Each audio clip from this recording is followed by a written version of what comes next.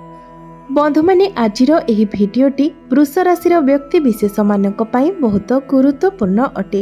कारण देवता मानकर गुरु देवगुरु बृहस्पति एवं सबुठारु अधिक शुभ माना जाउथिबा ग्रह गुरु बृहस्पति जाहां निकटरे सबुठारु अधिक दायित्व रही थाए एवं ज्योतिष शास्त्र अनुसार सबुठारु अधिक कारक तत्वर ग्रह हेउछंती देवगुरु बृहस्पति जे कि बकरी हेबा पाए जाउछंती एवं 9 अक्टोबर 2024 रु 4 फेब्रुआरी 2024 पर्यंत देवगुरु बृहस्पति बकरी अवस्था रहिबे। तो आजिर एही भिडियो रे आमे माने जानिबा एही बकरी बृहस्पतिंकर प्रभाव आपणक जीवन उपरे किपरि रहिबो, आपणक राशि उपरे बकरी बृहस्पतिंकर किपरि प्रभाव पड़िबो। तेबे ता पूर्वरु आमे माने जानिबा जे बकरीर अर्थ कौन एवं कौनसी ग्रह बकरी हेबा फलरे आपणक जीवन रे केउ सब बड़ परिवर्तन होई थाए। कारण प्रत्येक ग्रहंकर निजर स्वतंत्र बल रही थाए। कारण जेतेबेले कौनसी ग्रह मार्गी अवस्था थांती तो सेतेबेले आपणको अलगा प्रकारर फल प्रदान करिथांती एवं जेतेबेले बकरी होई थांती सेतेबेले आपणको अन्य एक प्रकारर फल प्रदान करिथांती। मात्र सबुठारु गुरुत्वपूर्ण कथा हेउछि जे सेही ग्रह आपणको कुंडलीर केउ ग्रहरे बकरी हेबा पई जाउछंती एवं आपणको राशि रे से केउ ग्रहर स्वामी अटंती। तो बंधु माने बकरीर अर्थ हेउछि निजर सठिक गति अनुसार गोचर न करिबा। तो सूर्यंक ठारू दूरता बनाइबा फलरे ही कोनोसी ग्रह बकरी होई थांती। तो एहार प्रभाव आम जीवन उपरे बहुत अधिक रही थाए। तेबे आसंतु जानिबा एही देवगुरु बृहस्पतिंकर बकरी चलन आपणक जीवन उपरे किभଳି प्रभाव पकाइबो एवं आपणक जीवन रे कोन सब बड़ परिवर्तन हेबो। तेबे आसंतु आरंभ करिबा आजिर एही कार्यक्रम को जहाँकि जन्म राशि एवं चंद्र राशि उपरे आधारित अटे। तेबे ता पूर्वरु जदि आपणकर वृष राशि होइताय तेबे भिडियोटी को स्किप न करी शेष पर्यंत निश्चय देखिबे एवं आपण जदि मो चैनल ले नुआ अछंते तो भिडियोटी को लाइक करी चैनल टी को सब्सक्राइब करि देबे एवं कमेंट बॉक्स रे जय गुरु बृहस्पति निश्चय लिखिबे। तो बंधु माने देवगुरु बृहस्पति को सबुठारु अधिक शुभ ग्रह बोली माना जाय थाए। एहा सहित गुरु बृहस्पति को ज्ञानर कारक ग्रह बोली मध्य माना जाय थाए। एहा व्यतीत गुरु बृहस्पति को धन धर्म वैवाहिक जीवन संतान एवं आपणक जीवन साथीर कारक ग्रह बोली मध्य माना जाय थाए एवं आपणक भाग्यर कारक ग्रह मध्य गुरु बृहस्पति अटंती। आपण केते धार्मिक अटंती ताहा मध्य बृहस्पतिंकर स्थितिरु जणा पड़ी थाए। तेबे बंधु माने शास्त्र अनुसारे जेतेबेले कोनोसी शुभ ग्रह बकरी होई थांती तेबे से उच्चस्थ हेबार आपणको फल प्रदान करिथांती। एक उच्च ग्रह समान फल आपणको प्रदान करिथांती कारण तांको चेष्टा बल मिली जाय थाए एवं जेउ कार्य गुडिक आपणकर पेंडिंग होई कि थिला आपणकर जेउ कार्य संपूर्ण होई पारु नथिला सेथिरे मध्य परिवर्तन होई थाए जेतेबेले कोनोसी शुभ ग्रह बकरी होई थांती। तेबे वर्तमान देवगुरु बृहस्पति वृष राशि रे ही गोचर करूछंती एवं वृष राशि रे ही गुरु बकरी हेबे एवं जेतेबेले देवगुरु बृहस्पति बकरी हेबे तो आपणकर पंचम भाव सप्तम भाव एवं आपणकर नवम भाव को दृष्टि देबे। तो देवगुरु बृहस्पति आपणकर अष्टम एवं एकादश भावर स्वामी अटंती जहा फल कि देवगुरु बृहस्पति जेतेबेले बकरी हेबे तो आपणकर इनकम रे चेंजेस आसीबो। तो जदि आपण कोनोसी कार्य करबा को केवल भाबुथिले मात्र ताको आपण कार्य रे परिणत करि पारु नथिले तेबे एहा वर्तमान आपणकर कार्य रे परिणत हेबार समय आसी जायछि। कारण जेतेबेले विशेष करी देवगुरु बृहस्पति किंबा शनि बकरी होई थांती तो एहार प्रभाव बहुत अधिक आपणक जीवन उपरे पड़ी थाए।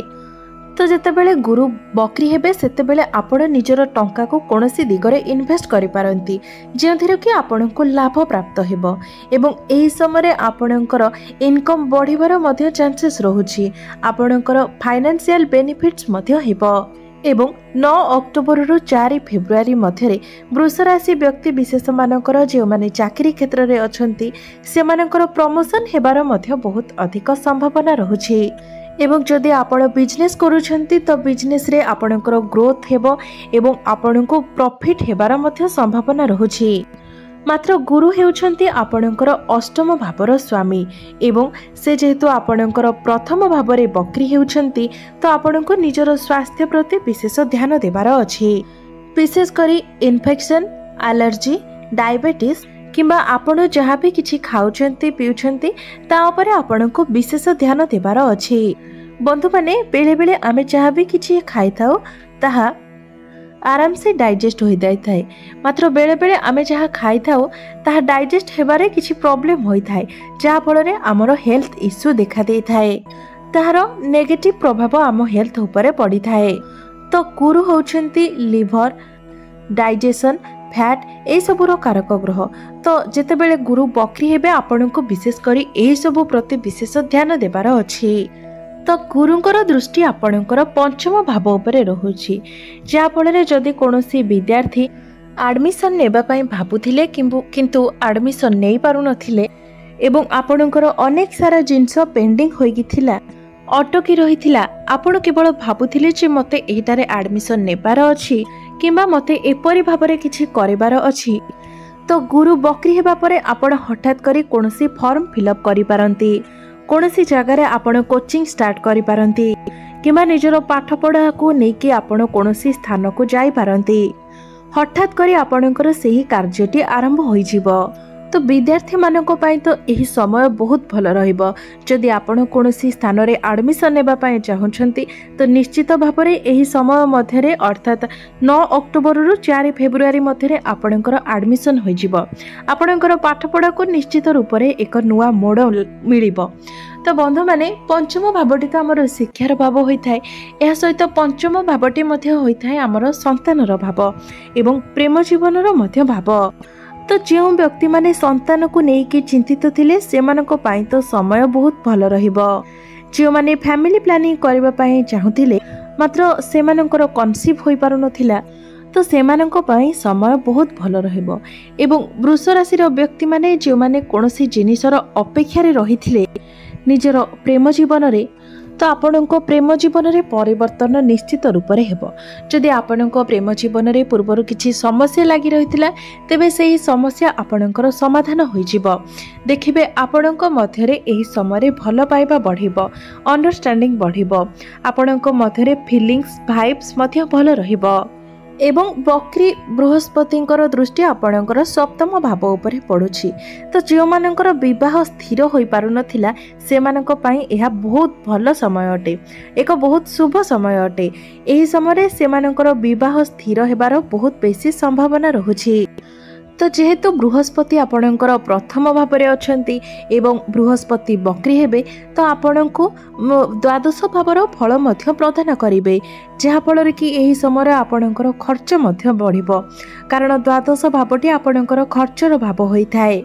तो आपण एही समय निजर खर्च उपरे कंट्रोल करिवार अछि। एही समय आपणकर अजथा खर्च बढ़ी पारे, विशेष करी लॉन्ग ट्रैवल को नेकी आपणकर खर्च अधिक होई पारे। निजर बंधु मानक सहित आपण अधिक खर्च करि पारंती। तो बंधु माने मोटामोटी भाबरे देखिबाकू गले गुरु बक्री हेबा फल रे आपणको अनेक सारा शुभ फल मिलिबो। तो गुरुंकर एही बक्री चलन आपणको शुभ फल ही प्रदान करिबो। तेबे आसंतु जानि नेबा किछि प्रतिकार विषय जहा फल रे जेउ भी किछिटा अशुभत्व रहउछि ताहार खंडन हेबो एवं आपणको अधिक शुभत्व प्राप्ति होई पारिबो। तो बंधु माने आपण अधिक शुभत्व प्राप्ति पाई प्रत्येक दिन शुक्रंकर बीज मंत्रर जप करंतु एवं प्रत्येक दिन आपण हनुमान चालीसार पाठ करंतु। एहा सहित शनि जेहेतु आपणकर जोगकारक ग्रह तो आपण प्रत्येक दिन शनिकर बीज मंत्रर मध्य जप करंतु। ओम प्रांग प्रिंग प्रोंग सह शनिश्चराय नमः एही मंत्र को आपण प्रत्येक दिन 108 थर जप करंतु। तो बंधु माने आपणकर जीवन मंगलमय हेउ, एहा ही ईश्वरଙ୍କ निकटरे मोर प्रार्थना। धन्यवाद।